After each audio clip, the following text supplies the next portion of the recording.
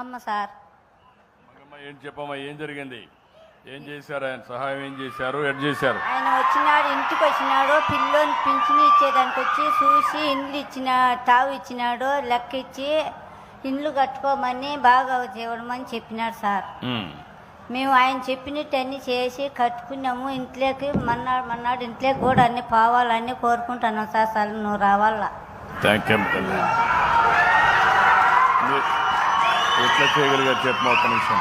మీరు ఎడ్ చేయగలిగారు, ఏం చేశారు ఆ కుటుంబానికి, భవిష్యత్తులో ఏం చేస్తారు?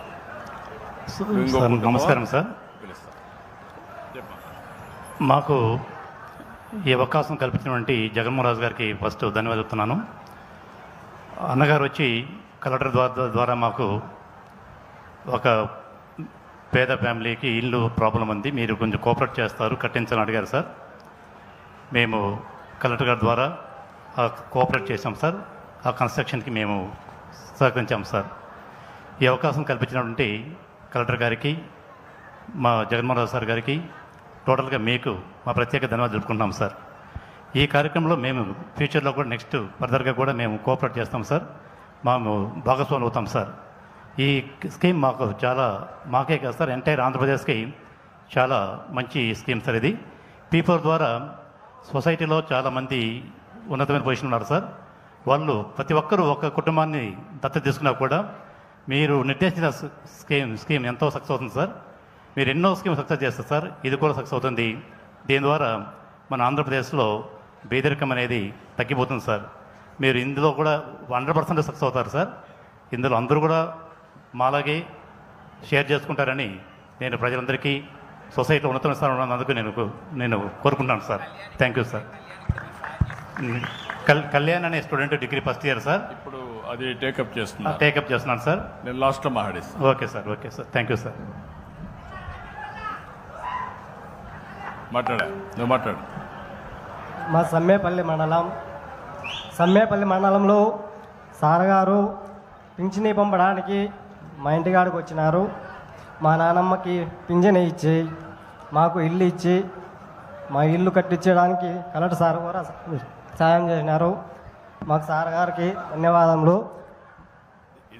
ఫిబ్రవరి 1వ తేదీ 2వ నెల 1వ తేదీ సార్ మా చంద్రన్న గారు మా ఇంటికి వచ్చి మాకు సహాయం చేసినారు.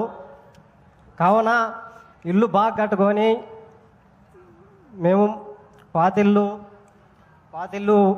ఇంట్లో ఉన్నాము. పాతిల్లు బాగోలేకపోయింది. మాకు సార్ గారు కొత్త ఇల్లు కట్టించారు. అందులో రేపు మన్నాడు మేము ఇంట్లోకి పోతాము, కొత్త ఇంట్లోకి. అదేవిధంగా కలెక్టర్ సార్ గారు కూడా నాకు టైలర్ షాప్ ఇచ్చి 2 లక్షలు చెక్ కూడా అందజేశారు.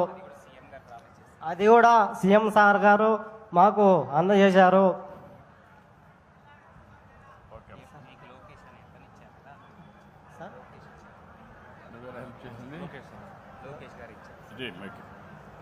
ఏం చేసి చెప్పు. నమస్కారం సార్.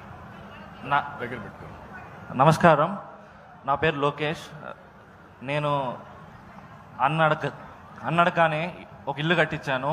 అది సీఎం గారు ప్రామిస్ చేశారని కలెక్టర్ గారి సహాయంతో, మా ఇన్ఛార్జ్ జగన్మోహన్ రాజు గారి సహాయంతో అతనికి ఇల్లు కట్టించి ఇవ్వడం జరిగింది. ఇది సీఎం సార్ ఇన్స్పిరేషన్ తీసుకొని కట్టించి ఇవ్వడం జరిగింది. ఇప్పుడు నువ్వేం చదువుకున్నావు? టైలరింగ్ చేస్తావు. నేను టైలరింగ్ చేస్తాను సార్. ఓకే.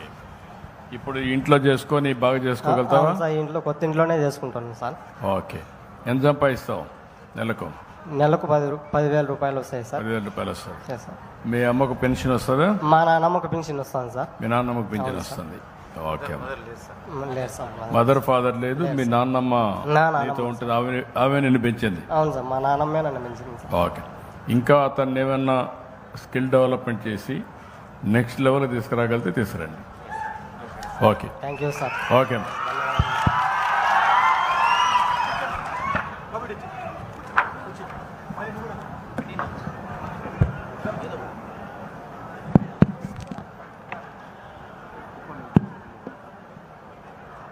ఆంధ్రప్రదేశ్కు మైక్రో సాఫ్ట్వేర్ను పరిచయం చేసినటువంటి భారతదేశంలో మొట్టమొదటి వ్యక్తి మన రాష్ట్ర ముఖ్యమంత్రి నారా చంద్రబాబు నాయుడు గారు. 1990 గౌరవనీయులు నారా చంద్రబాబు నాయుడు గారికి నా యొక్క హృదయపూర్వక నమస్కారాలు. ఈరోజు సార్, మీరు ఉదయం లేచినప్పటి నుంచి ప్రజల పరిపాలన, రివ్యూ మీటింగ్లు, పాలసీలు అనే వాటిపైన పనిచేస్తున్నారు. మీకు ఇంత శక్తి ఎలా వచ్చిందో ప్రజలకు వివరించి చెప్పాలి సార్.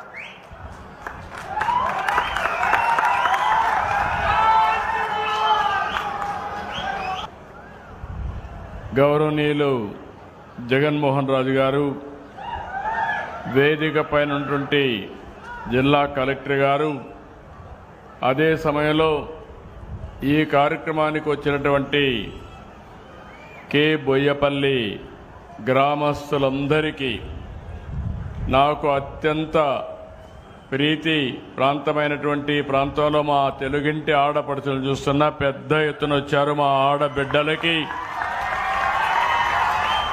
ఇంకో పక్కన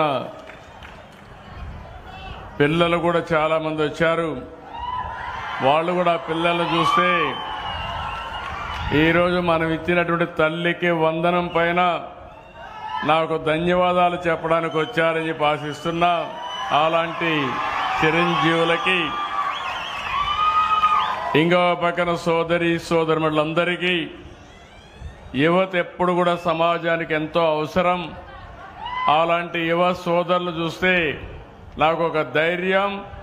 తప్పకుండా తొందరలోనే 1 ఫ్యామిలీ 1 ఎంటర్‌ప్రెన్యూర్ మీ ద్వారానే సాధ్యం. అది సాధిస్తామని మరొకసారి యువతకంతా హామీ ఇస్తున్నా. ఈరోజే నేను రాజంపేటలో ఉన్నాను, కే బొయ్యపల్లిలో ఉన్నా. 30 సంవత్సరాల కంటే క్రితం ఇదే రోజున నేను ఆ రోజు ముఖ్యమంత్రిగా ప్రమాణ స్వీకారం చేశాను.